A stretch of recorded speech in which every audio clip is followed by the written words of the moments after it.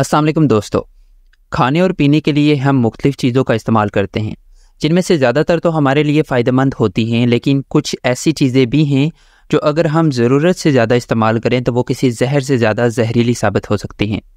आज की वीडियो में हम 10 ऐसी फूड्स को देखेंगे जिनका इस्तेमाल बहुत ज़्यादा नुकसानदेह हो सकता है। इस लिस्ट में हमारे पास सबसे पहले आता है ग्रीन पोटैटोज़ यानी सब्ज़ आलू। आपने देखा होगा अक्सर पोटैटोज़ या तो कम्प्लीटली ग्रीन होते हैं या उनका कोई छोटा सा हिस्सा सब्ज़ होता है। दरअसल ये ग्रीन कलर एक केमिकल क्लोरोफिल की वजह से होता है, जो कि बिल्कुल भी नुकसानदेह नहीं है।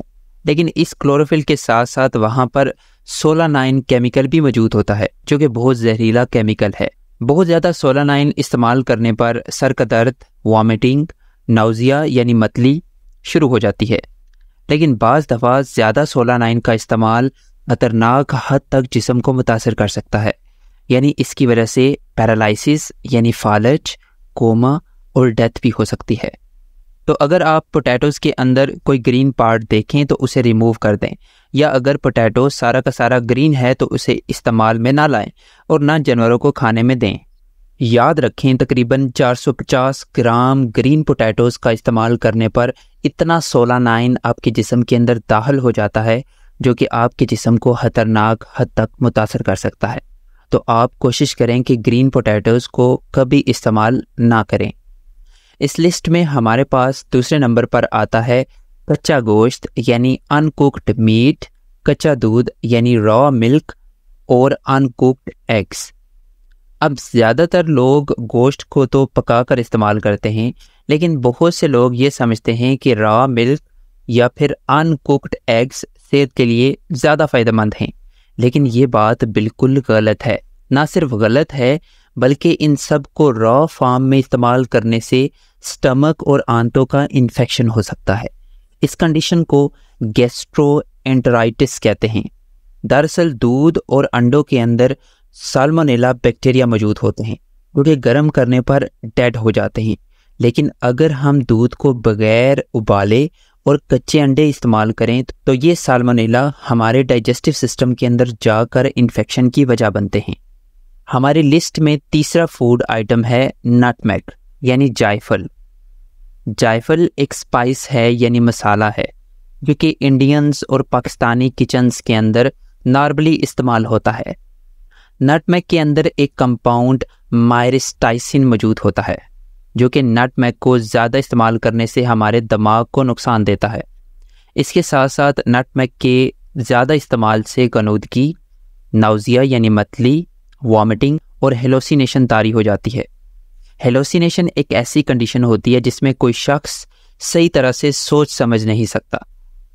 मुख्तलिफ रिसर्चर्स के मुताबिक 10 ग्राम से ज़्यादा नटमेग का इस्तेमाल जिस्म के अंदर गनूदगी, वॉमिटिंग और हेलोसिनेशन की अलामात तारी कर देता है।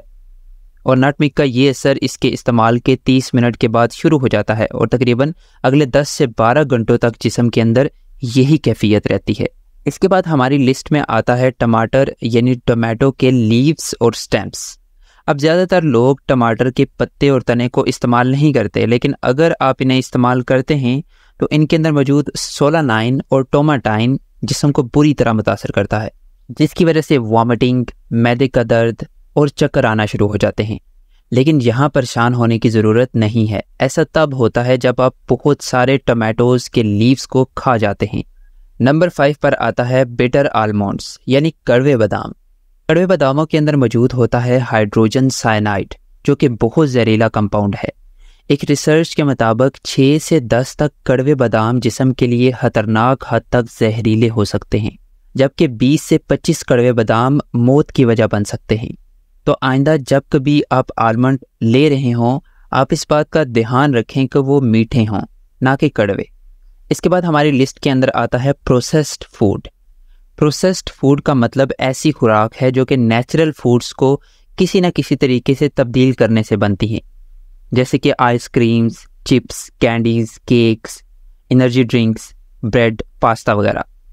प्रोसेस्ड फूड का टेस्ट बेशक बेहतर होता है, लेकिन इनका ज़्यादा इस्तेमाल बहुत सी बीमारियों का ज़रिया है।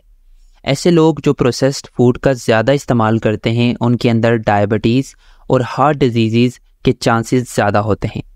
एक रिसर्च के मुताबिक वो लोग जो प्रोसेस्ड फूड्स का ज़्यादा इस्तेमाल करते हैं उनके अंदर कैंसर के चांसेस भी दूसरे लोगों की बनिस्बत ज़्यादा होते हैं। इसके साथ साथ प्रोसेस्ड फूड्स की पैकेजिंग में यूज़ होने वाला प्लास्टिक बिस्फिनोल्स और माइक्रोप्लास्टिक्स का ज़रिया है, जो कि बहुत जहरीले केमिकल हैं और जिस्म पर इनके मनफी असरात होते हैं। इसके साथ साथ प्रोसेस्ड फूड के अंदर बहुत लो फाइबर्स मौजूद होते हैं, जिसकी वजह से डाइजेस्टिव इश्यूज़ रहते हैं, यानी कॉन्स्टिपेशन वगैरह का ज़रिया बनते हैं। यही वजह है कि न्यूट्रिशनिस्ट नेचुरल और अनप्रोसेस्ड फूड को ज़्यादा इस्तेमाल करने का मशवरा देते हैं। इसके बाद हमारी लिस्ट के अंदर आते हैं एप्पल सीड्स। सेब के बीज के अंदर एक केमिकल एमिग्डालिन मौजूद होता है।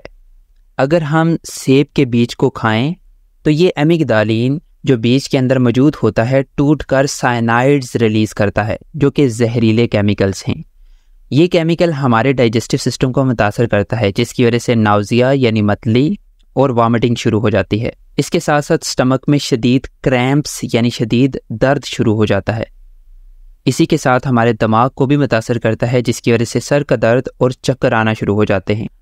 यहाँ पर एक बात का ध्यान रखें कि अगर आप एप्पल्स के सीड्स को बगैर चबाए निगल जाते हैं तो वो नुकसानदेह नहीं होते, क्योंकि जब आप उन सीड्स को नहीं चबाते तो वो डाइजेस्ट नहीं हो पाते।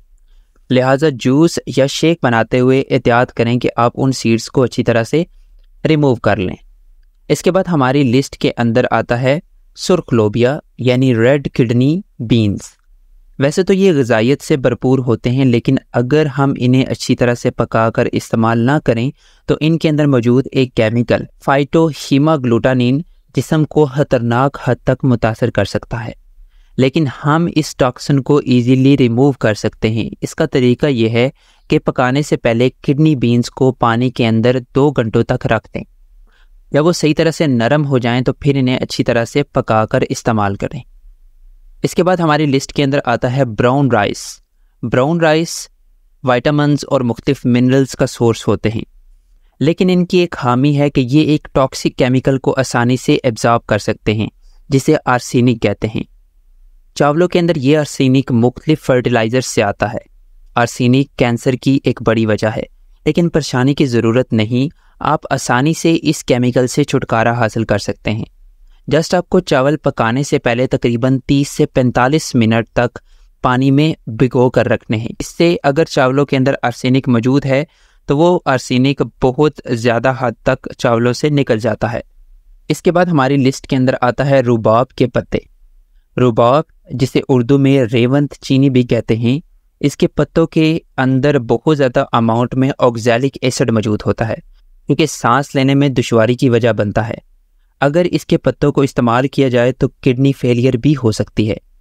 लेकिन रुबाब की स्टॉक यानी तना, जिसे खाने के तौर पर इस्तेमाल किया जाता है, बिल्कुल भी नुकसानदेह नहीं है।